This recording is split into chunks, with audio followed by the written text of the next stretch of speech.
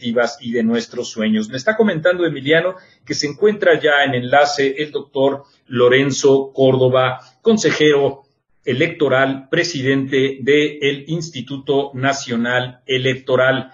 Consejero, me da muchísimo gusto saludarte, agradeciéndote, por supuesto, este enlace. ¿Cómo estás? Muy buenas noches. Marco, acabo de aceptar a Lorenzo Córdoba a la sala. Estamos todavía a la espera de que active su cámara y su micrófono. En el momento en que esté activada, tú me lo comentas, aquí yo me encuentro. Ya está activada, Marco. Estaba expresando que estamos de plácemes, Lorenzo Córdoba Vianello, consejero electoral, presidente del Instituto Nacional Electoral, por habernos permitido tener este enlace contigo. Veo que ya te encuentras con nosotros. Te saludo con el gusto de siempre. Muy buenas noches y gracias por este enlace, doctor Córdoba. Contrario, Marco, es un verdadero placer estar contigo en este espacio. Te agradezco muchísimo la invitación a 18 días de la jornada electoral más grande de nuestra historia. Muchas gracias, querido Marco. Gracias a ti. Hoy en la mañana, a tomarnos el cafecito, pues sí se me atragantó un poco el pan cuando leo que el titular de Excelsior dice: Córdoba ve riesgo de anular las elecciones, que eso es lo que comentas en una entrevista con nuestro colega Pascal Beltrán del Río para Imagen Radio. A estos 18 días, ¿qué certidumbre tenemos los ciudadanos de que el proceso electoral puede culminar como ha culminado en las últimas décadas ya, en una normalidad democrática, con una certidumbre en relación con los resultados, etcétera? ¿Qué ha cambiado, Lorenzo, de los últimos procesos electorales a este, para el que nos quedan 18 días para el 6 de junio? Bueno, Marco, para la tranquilidad del cafecito, ya no de la mañana, sino a lo mejor del café con leche de la nochecita. Así es. Yo creo que hay que, ubicar, lo que es la cabeza en el contexto de la entrevista, en el sentido de que la elección va bien y a pesar de todas las complejidades que tenemos, estamos organizando, la del 6 de junio va a ser la elección más grande de América Latina este año, en un contexto de pandemia que sigue entre nosotros. Y la verdad, todas las cifras de la organización de la elección, de la respuesta ciudadana, que como tú sabes en México es indispensable, porque el INE es un organizador, pero quien hace las elecciones son las millones y millones de ciudadanos y ciudadanas que deciden, déjame decirlo coloquialmente, jalar con el INE, apropiarse de la elección, administrar las casi 163,000 casillas que vamos a tener, recibir y contar el voto de sus vecinos, y ser en tal carácter los garantes, las y los garantes, pues de la adecuada, digamos así, recreación de la democracia en las urnas. Yo lo que te diría es que desde el punto de vista de la organización, a pesar del contexto profundamente adverso, un contexto de violencia y de inseguridad no es algo que hayan detonado las elecciones, es parte de la normalidad, lamentablemente, en la que vive el país, a pesar de la pandemia, a pesar de la complejidad de una elección de dimensiones inéditas, tanto por el número de potenciales votantes como por el número de cargos en disputa, y a pesar de la controversia, digamos así, de la conflictividad política derivada de esa gran disputa por el poder, la elección va y va bien. Sin embargo, pues evidentemente hay un contexto distinto, que es un contexto inédito, un contexto de una beligerancia y sobre todo una estridencia de algunos actores políticos que sí marca una diferencia y que ha implicado que haya algunos actores que pues de manera reiterada, constante, pues están jugando en el mejor de los casos al límite de la ley, cuando no incluso transgrediéndola, que pueden acabar provocando, digámoslo así, elementos que en su momento, si es el caso, los tribunales pueden tomar en cuenta o no en la calificación de las elecciones. Pero la elección va y va bien. Creo que las cifras, mira, déjame darte un dato, faltan 17 días digamos, en el proceso de organización de la elección. Y hoy tenemos más del 96% del 1,464,000 ciudadanas y ciudadanos que necesitamos como funcionarios de casilla, que han reiterado por dos ocasiones al menos que están dispuestos a participar y que ya recibieron su nombramiento. Si tú haces una comparación del momento en el que nos encontramos hoy en el proceso electoral con lo que ocurrió hace 3 años, en 2018, estamos con cifras que son incluso mejores, a pesar de que hoy estamos organizando la elección en un contexto de pandemia. Esto habla de que la gente está, digámoslo así, refrendando su confianza en el proceso democrático de renovación pacífica de los poderes a través del voto, y es una gran noticia.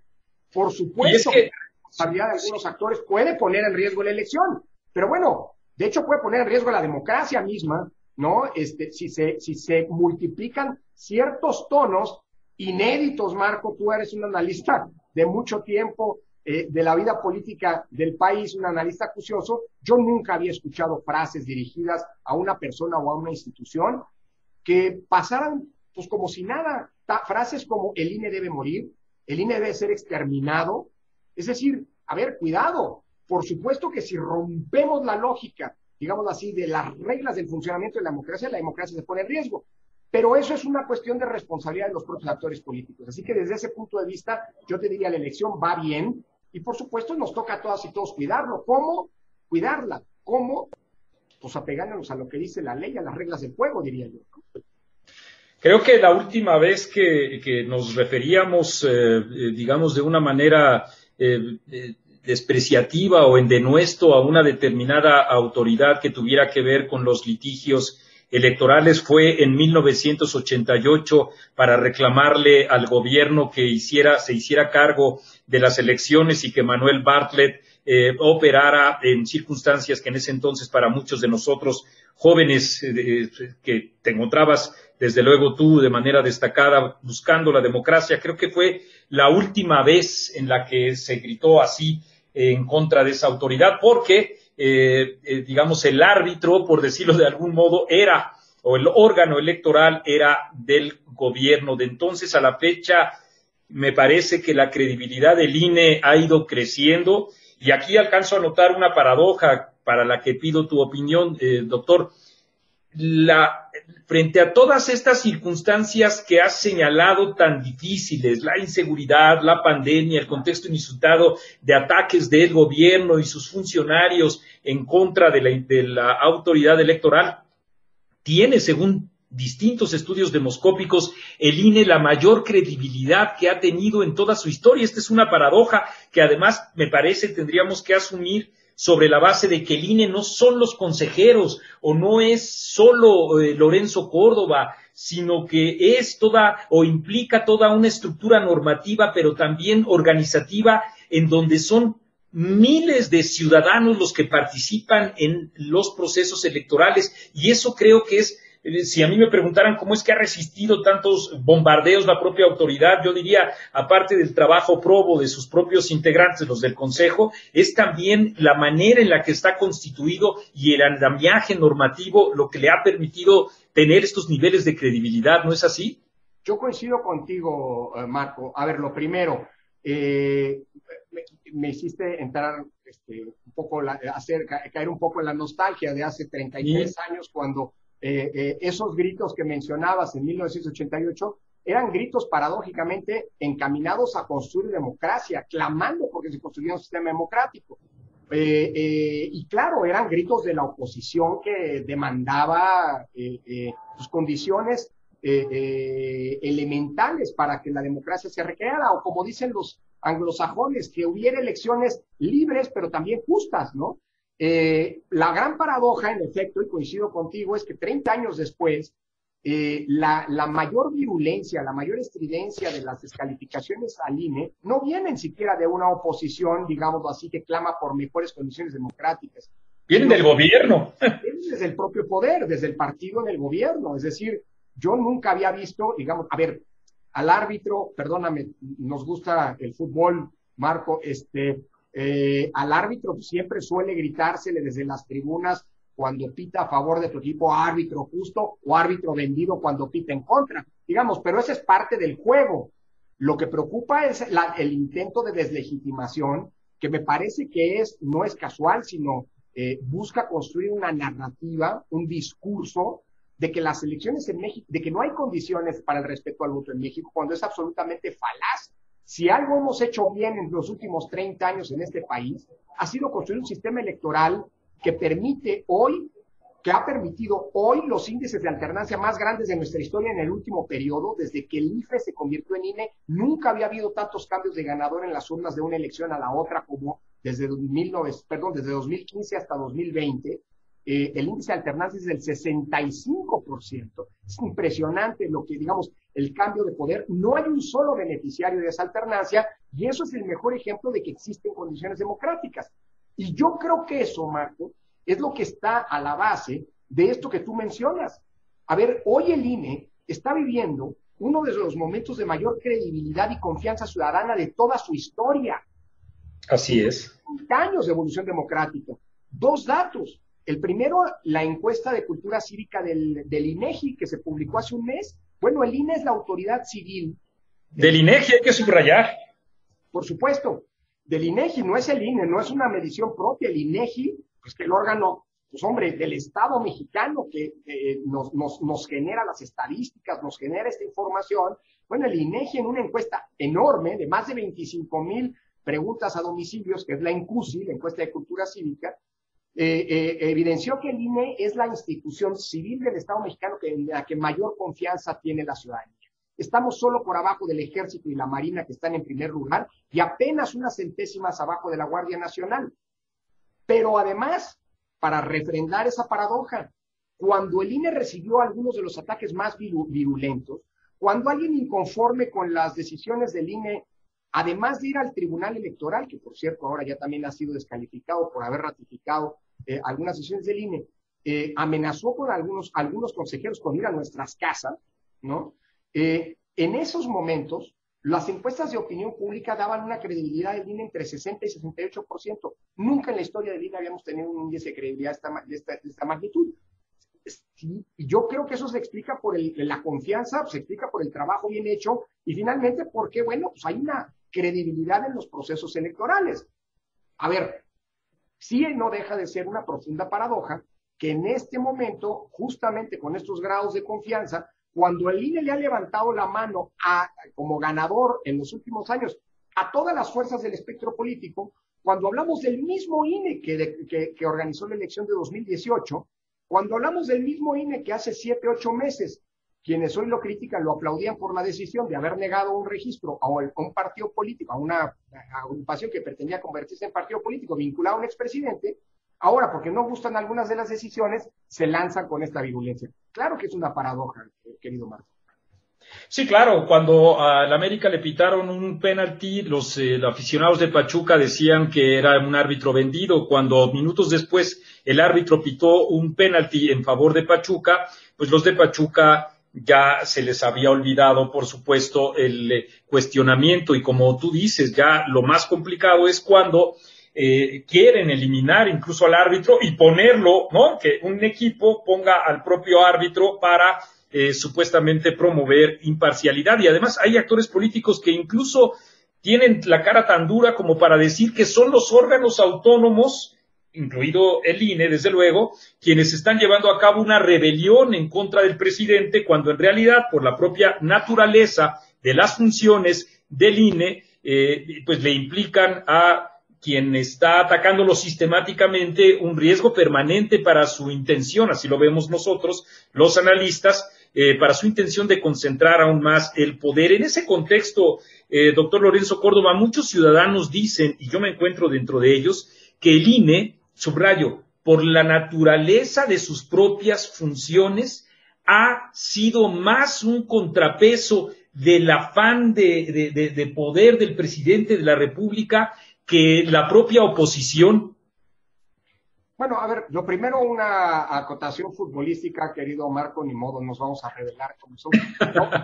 No me doy por aludido, le voy a los Pumas y creo que estás refiriéndote a un partido de la liguilla, así que como pero porque bueno, los Pumas no participaron, es cierto. No, ya lo sé, por eso mismo de la liguilla no me intereso demasiado en estos tiempos, pero bueno, eso es, digamos, un aficionado resentido con su equipo que no logra pasar ni siquiera en las condiciones que hoy están. Perdóname, Marco, me pongo serio y voy al punto. A ver, es que yo creo que lo que tú mencionas es parte de la naturaleza del diseño constitucional de los órganos. Y creo que es muy importante subrayar una cosa, aprovecho tu pregunta.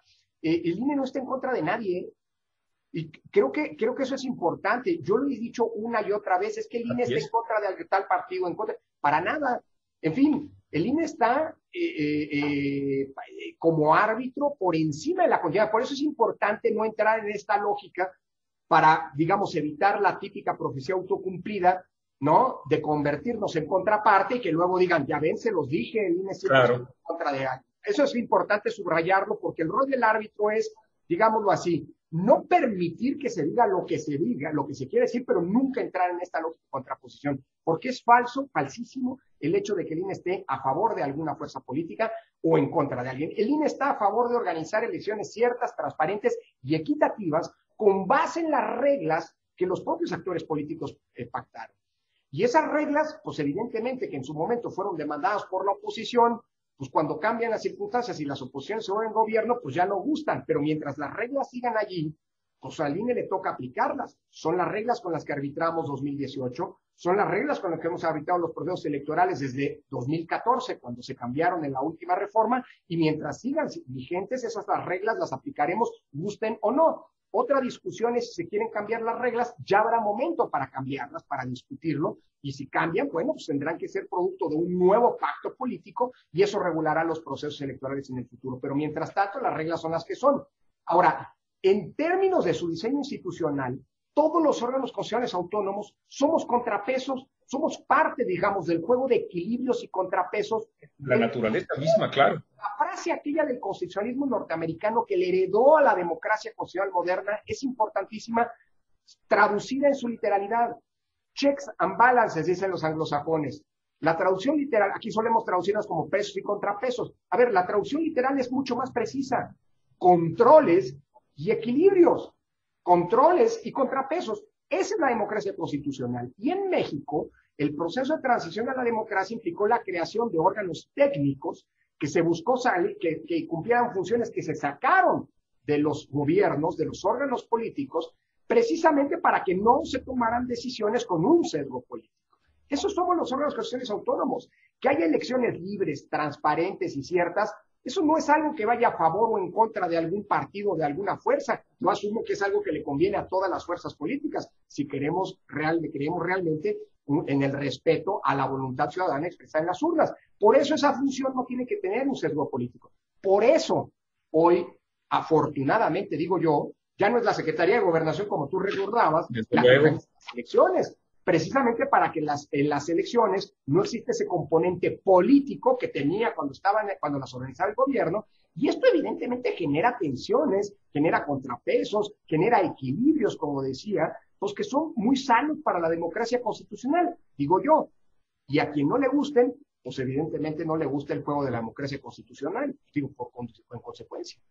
Sí, claro. Yo creo que una de las taras que tenemos los medios de comunicación y los periodistas es circunscribirnos mucho al debate público entre las élites políticas y desdeñar lo que son o pueden ser, o al menos hacer un esfuerzo para poder interpretar lo que son las aspiraciones, las dudas de los propios ciudadanos. Por ejemplo, estoy completamente seguro de que al gobierno y a todos sus propagandistas les queda claro, igual que a nosotros, que las reglas con las que opera el INE no las hizo el INE, sino que son generadas por los propios legisladores. No estoy muy seguro de que los medios de comunicación hayamos cifrado puntualmente en un elemento tan básico, permíteme decirlo así, incluso tan elemental para nosotros, porque buena parte de las acusaciones que se le hacen al INE es como si el INE tomara atribuciones legales que el mismo INE elaboró, cuando no es así. Lo que el andamiaje lo resuelven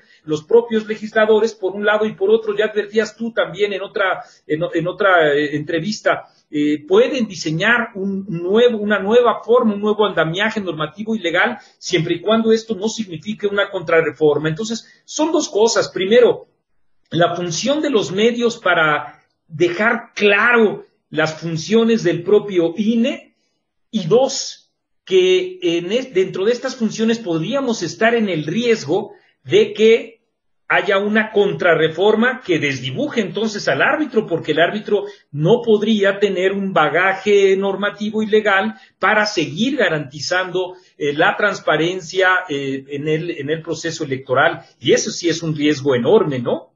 Yo coincido contigo en los dos puntos, Marco. En primer lugar, porque a veces se nos olvida, es tan abigarrado el sistema electoral que hemos construido, producto de la desconfianza. Es decir, tú vas a otros países, países europeos, Inglaterra, país con una larga tradición democrática, y si tú ves cómo organizan elecciones y piensas, te imaginas en algún momento qué pasaría si en México organizáramos elecciones así, pues sería esto un desastre, porque aquel es un sistema basado en la confianza y aquí es un sistema basado en la desconfianza, y esto ha provocado como decías, un sistema electoral profundamente abigarrado, lleno de controles, de prohibiciones, de reglas, reglas sobre reglas, que vuelven muy complicado la comprensión de lo que es el sistema electoral. Y claro, es muy sencillo, hay un órgano que es el encargado de aplicarlas, el INE, y por lo tanto, pues se le achaca al INE pues prácticamente toda la voluntad y digamos, la discrecionalidad en la aplicación de las normas cuando no es así. Mira, yo puedo convenir que una norma, por ejemplo, que establece que si un precandidato no presenta un informe de gastos de precampaña, se le niega el registro, puede parecer excesiva, pero hay que entenderla en el contexto y a veces, Marco, eso es lo que a veces me parece que perdemos de vista. El contexto propio, el contexto nuestro, digamos, como país, con nuestros problemas, empezando por la desconfianza en el ámbito de las elecciones, pero también el contexto histórico, es decir, la visión histórica. Una norma como esa, planteada en abstracto, puede parecer excesiva, pero hay que entenderla en el contexto de cómo la construcción de un sistema de fiscalización, la demanda de la oposición, de que las reglas de fiscalización, sobre todo después de la acusación de flujo de dineros que corrían y qué sé yo en la elección de 2012, hizo que la oposición planteara una fiscalización que no ocurre en ningún otro lado del mundo, una fiscalización que no es ex post, como ocurría antes ya. Es decir, que se revisaban los gastos de campaña un año después. No, ahora es durante las campañas, porque la conclusión de esa fiscalización puede implicar efectos o consecuencias como anular una elección, por ejemplo. Dicho eso, para que esa fiscalización pueda ocurrir, los partidos y los candidatos, o en este caso precandidatos, están obligados a entregarte un informe, porque si no entregan un informe no se puede hacer la fiscalización. Si tú lo explicas o lo ves de esta manera, entiendes que una norma que, vista en abstracto, podría parecer draconiana, pues adquiere sentido. Es que es gravísimo no reportarle información a la autoridad. Alguien decía, es que son nada más unos cuantos miles de pesos. No, eso es lo que la autoridad electoral, sin poder fiscalizar, encontró de casualidad. Puede haber habido millones detrás. Por eso lo grave de esa. Entonces, creo que es muy importante lograr entender el contexto. Ahora, la otra cosa, lo de la reforma, pues sí, las reglas del juego son las que son y no las puso el INE. Las reglas, como suele ocurrir, las reglas del juego son pactadas entre los actores políticos. Y es muy pertinente que sea así, porque finalmente los que desconfían, los que tienen que remontar la desconfianza son los propios actores. Y este sistema abigarrado, complejo, ha sido el resultado de esa desconfianza. ¿Se vale cambiarlas? Claro, pero hay momentos para hacerlo y ojalá, y como dice el Consejo Popular, los temas calientes en tiempos fríos. Me parece muy curioso que en pleno proceso electoral hay quien ande clamando a diestra y siniestra reformas electorales. Peor todavía, hay quien condiciona las reformas electorales a cómo le van las elecciones. Ay, si ganamos, la reforma la hacemos luego. Y si no la hacemos antes, bueno, a ver, es que esto claramente pues, implica una intencionalidad política, una visión, digámoslo así, del juego político y no necesariamente un intento de mejorar lo que hoy tenemos, ¿no? Sí, es que además el asunto de los recursos no solo implica la posibilidad de inyectar más, digamos, dinero a las campañas privado, digamos, sino también el asunto del contexto de violencia y del fortalecimiento del narcotráfico en distintos estados, en Guerrero, por poner un ejemplo. Entonces ahí también el asunto es particularmente complicado como para que en efecto esta regla que como señalas es producto también de la desconfianza y de la desconfianza también del contexto en donde poderes fácticos buscan intervenir. Ya hemos visto que en este proceso, incluso a través de cobrar vidas de candidatos, cuando no también incluso de la inversión, así como se oye, económica, la inyección económica de parte de ellos, y eso sin duda significó para el INE la decisión de no de retirar la candidatura que fue convalidada por el propio Tribunal Electoral, uno de los aspectos que más notoriedad y creo que legitimidad le dio. Por eso a la hora de la comida, el café amargo de la mañana me supo muy rico cuando leí que en El País, dentro de el periódico El País, dentro de la carrera hacia los presidenciables de 2024, está tu nombre, Lorenzo.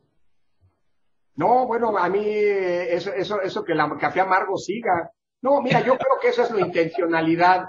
A ver, vi la nota y yo creo que hay una intencionalidad, Marco, lo digo con mucha franqueza, de descalificar al árbitro, vendiendo que es la idea de que es un jugador.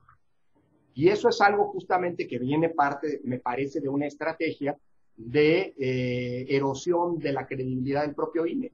Es decir, cuando volvemos al fútbol, ¿no? La mejor manera o una de las múltiples maneras de calificar al árbitro es decir que el árbitro no es árbitro, sino un jugador encubierto y está a favor, por supuesto, de algún actor político. Entonces, yo te diría, a ver, el árbitro es el árbitro, el árbitro no juega, por definición, y todo aquel que esté pretendiendo decir que el árbitro es un jugador, se equivoca de cabo a rabo. Así que no le hagamos caso a esas notas, que no es tanto la nota del País, sino más bien a quien, la encuestadora, yo supongo, ¿no? Que se le ocurrió. Sí, a quien ordena que se hagan ese tipo de encuestas, que colocan el propio nombre, claro. Y que además, insisto, yo creo que no tiene otro propósito más que contribuir a esa lógica de desprestigio, insisto, de decir que el árbitro no es árbitro sino jugador, y es absolutamente falso, ¿no? Porque además sale la nota y de inmediato ves las operaciones en las redes sociales, de las redes sociales que maneja el gobierno de la República, y te das cuenta con toda claridad cómo incluso hasta le sirve para batear a la propia oposición, diciendo, apuntalándote como candidato, sí, claro, como jugador, no como árbitro, y simultáneamente también intentando desdibujar el esfuerzo que haga, el que nos merezca, la propia oposición. Eso es lo que alcanzamos nosotros a ver de este lado. Viene el mandato en 1 año y 10 meses, en abril del 2003, la única candidatura que voy a buscar, mi querido Marco, es la de ser titular C, porque soy titular B y esa sería la culminación de mi carrera académica en la universidad. Y a seguir escribiendo libros, ¿no? Varios de ellos, pues, como uno de los mayores estudiosos de la propia democracia, de la transición democrática, que es con eso, con lo que, además de que eres una persona a la que admiro y respeto mucho, también maestro de muchos para poder entender lo difícil y así valorar lo difícil que ha significado construir la democracia, como para que de buenas a primeras, en una situación tan complicada como la que estamos viviendo, el INE deje de ejercer las funciones con las que ha garantizado el voto ya desde hace muchos años. Lorenzo, te agradezco mucho este enlace, en verdad, nos gustaría seguir mucho en comunicación porque hay tantas cosas que enfrenta ya el INE de manera consuetudinaria, aparte de todo lo que has dicho, las fake news, la declaratoria esta de incompetencia en relación con la queja del PAN sobre el caso de Nuevo León y los dichos del presidente, tantas cosas en las que ustedes tienen que estar viendo permanentemente. Que no nos olvidemos, Marco, nada más sobre el punto. Sí, por favor. No es que no haya una irregularidad, lo que pasa es que el órgano competente para decidirlo es la Comisión Estatal Electoral de Nuevo León, porque la presunta irregularidad tuvo que ver con una elección local, es decir, la elección de gobernador, pero el sistema electoral es uno y por lo tanto implica pues, distintas competencias. Pero Marco, es un verdadero placer estar aquí contigo, de verdad, repitámoslo, y como ya lo decías también, y lo dejaste de ver, no fuiste tan claro, pero hay una amistad desde hace mucho tiempo que data de aquellas luchas, añejas, como decías, cuando éramos jóvenes, ¿no? Y estábamos construyendo democracia. Ahora ya la tenemos, lo que nos toca desde nuestras trincheras es defenderla, Marco. Muchísimas gracias. Yo me siento muy, muy orgulloso de esa amistad que hemos construido durante tantos años y además también muy agradecido por este esfuerzo académico y también como árbitro por lo que has hecho por el país. De verdad me siento muy orgulloso de haber pertenecido a esa generación. Gracias, Marco. Abrazo muy fuerte para ti, para todos. También para ti muy fuerte. Buenas noches, doctor Lorenzo Córdoba. Gracias por este enlace. Sí, nosotros ya habíamos comentado también que esta queja